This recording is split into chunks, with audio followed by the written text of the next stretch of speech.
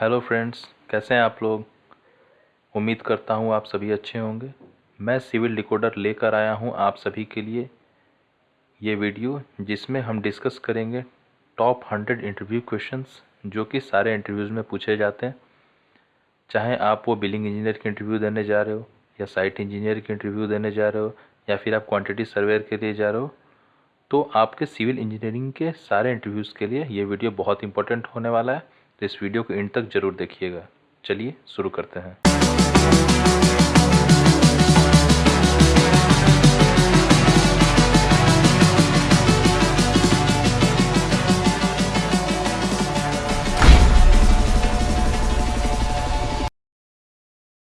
Now our first question for this lecture series is, what is the maximum allowable fresh concrete temperature until used as per ASTM।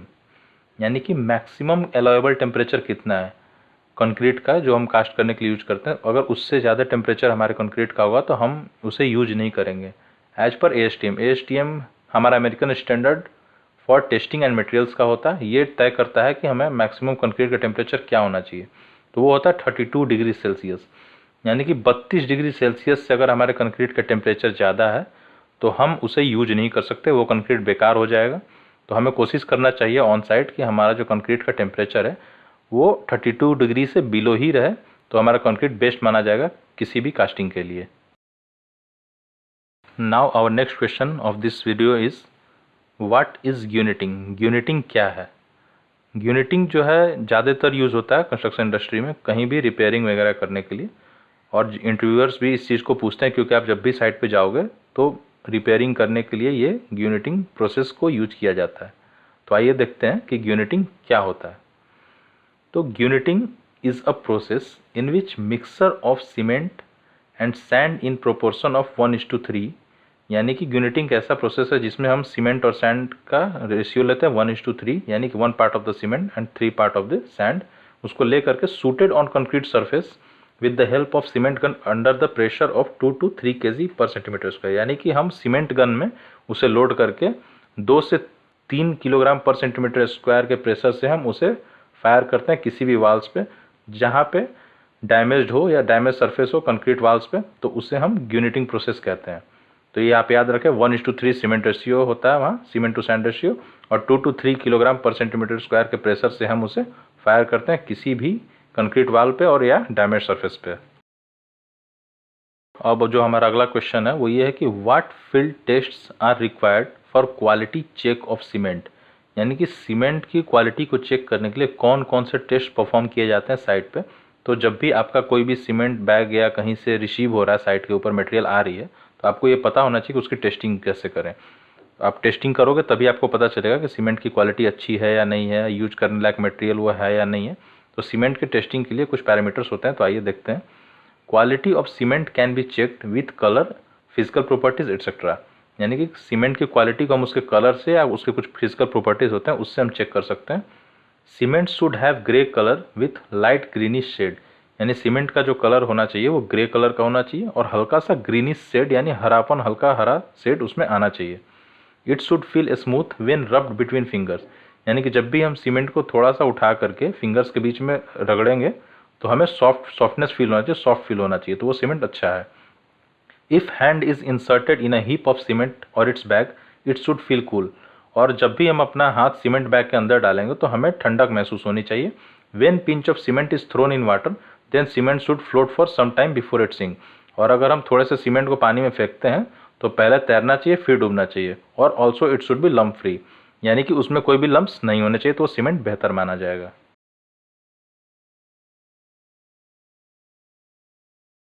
Now our next question of this video series is कि what is flashing.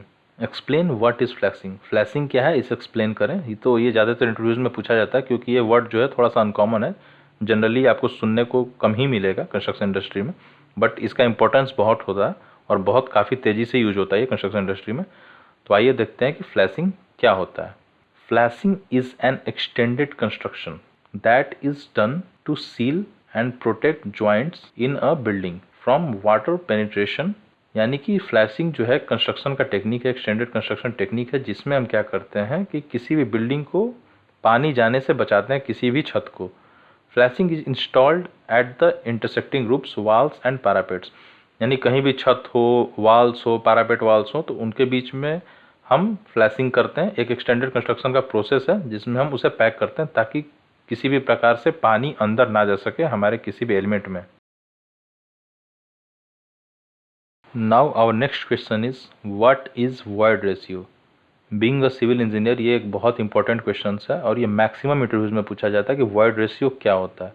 तो कहीं भी आप construction industry में जाते हो, कहीं भी साइट पर आप वर्क करते हो, तो इसका इंपॉर्टेंस बहुत ज़्यादा होता है, क्योंकि आपको जब भी अर्थ में फिलिंग करनी हो या खुदाई करनी हो तो उस समय आपको वॉल्यूम निकालना पड़ता है। वॉइड्स का पता होना जरूरी है, जो भी एयर पॉकेट्स मौजूद होते हैं सॉइल के बीच में, तो इसलिए हम वॉइड रेशियो निकालते हैं। तो आइए देखते हैं।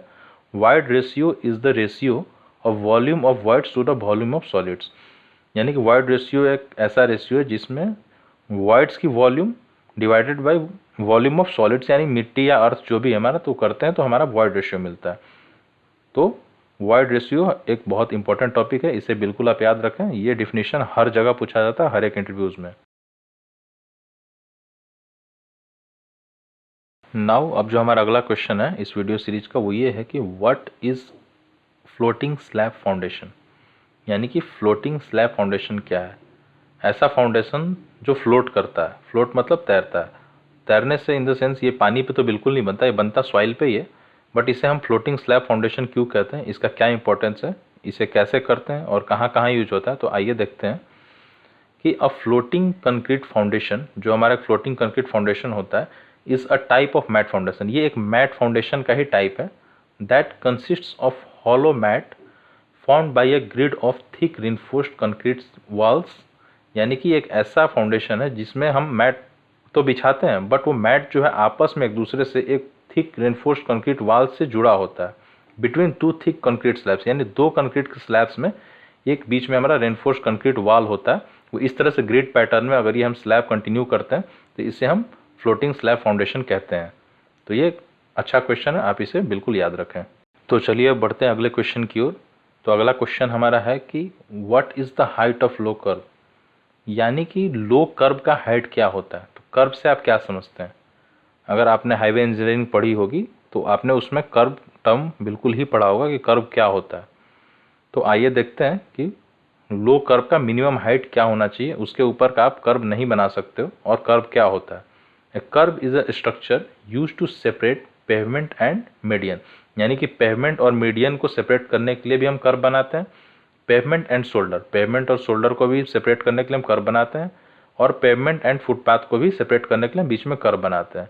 In low kerb height is restricted to 100 mm only, यानी कि लो कर्व में 100 mm हाइट रिस्ट्रिक्शन दिया गया था। आप जैसा कि इमेज में देख सकते हैं, बीच में जो कर्व है लो कर्व है, जो कि रोड को और बगल में फुटपाथ को डिवाइड कर रहा है। तो ये इसकी हाइट जो है वो रिस्ट्रिक्ट की गई है 100 mm तक। तो ये आपका लो कर्व हुआ। कर्व बहुत तरह के होते हैं, हाई कर्व और उसके डिफरेंट भी यूजेज होते हैं। Now our next question is what do you understand by segregation, यानी कि सेग्रीगेशन से आप क्या समझते हो। तो सेग्रीगेशन एक जनरल टर्म है, मैक्सिमम यूज होता है कंक्रीट के प्रोसेसिंग में, या कंक्रीट कास्टिंग के बाद भी सेग्रीगेशन होता है। सेग्रीगेशन मतलब जनरली हुआ कि सेपरेट हो जाना। जो भी पार्टिकल्स हमारे जो भी मटेरियल्स यूज होते हैं कंक्रीट बनाने में, कंक्रीट प्रोसेस में, वो अलग थलग हो जाते हैं, तो उसे ही हम सेग्रीगेशन कहते हैं। तो आइए देखते हैं इसका एक्चुअल डेफिनेशन क्या होता है।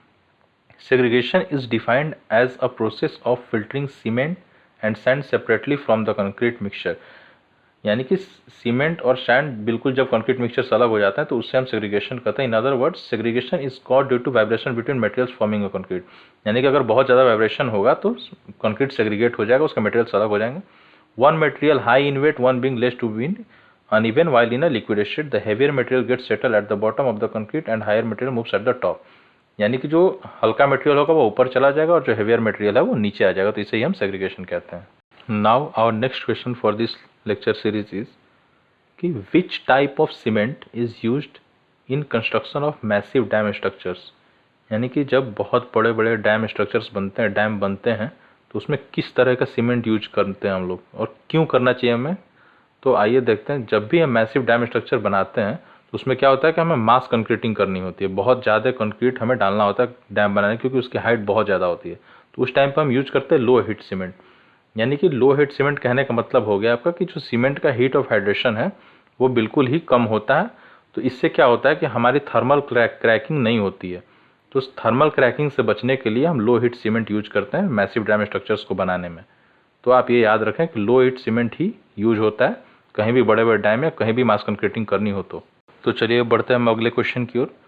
तो इस वीडियो का जो हमारा लास्ट क्वेश्चन है वो ये है कि what is the minimum weight of fine aggregate for sieve analysis as per ASTM C136, यानी कि ASTM यानी कि American standard for testing and materials, हमने पहले भी डिस्कस किया था। उसके क्लॉज 136 के अनुसार मिनिमम वेट फाइन एग्रीगेट का कितना होना चाहिए सीव एनालिसिस करने के लिए। तो आपने सीव एनालिसिस तो अपने कॉलेज टाइम में या कहीं भी पढ़ा होगा कि सीव एनालिसिस कैसे करता है, आपने एक्सपेरिमेंट परफॉर्म किया भी होगा। तो इसमें मिनिमम जो रिकमेंडेशन है वो 300 ग्राम्स का, यानी 300 ग्राम से कम फाइन एग्रीगेट लेकर के हम सीव एनालिसिस बिल्कुल भी नहीं कर सकते। अब सीव एनालिसिस कैसे करते हैं, इसकी क्या इंपॉर्टेंस है, वो मैं आने वाले अपने लेक्चर्स में ज़रूर बताऊंगा। टेस्टिंग की एक पूरी वीडियो सीरीज होगी। तो आप ये याद रखें कि मिनिमम 300 ग्राम्स ही हम वेट लेके चलते हैं फाइन एग्रीगेट की सीव एनालिसिस करने के लिए। So thank you so much guys for watching my video. अगर ये आपको वीडियो अच्छी लगी हो या आपके इंटरव्यू प्रिपरेशन में हेल्प की हो आपकी, तो आप इस वीडियो को लाइक ज़रूर करें।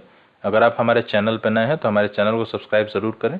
इस वीडियो सीरीज़ की मैंने 6 वीडियोज़ इससे पहले की हुई हैं, जिसका लिंक मैं अपने डिस्क्रिप्शन बॉक्स में डाल देता हूँ, तो आप वहाँ से जा करके मेरे प्रीवियस वीडियोज़ भी आप देख सकते हैं। So thank you so much guys.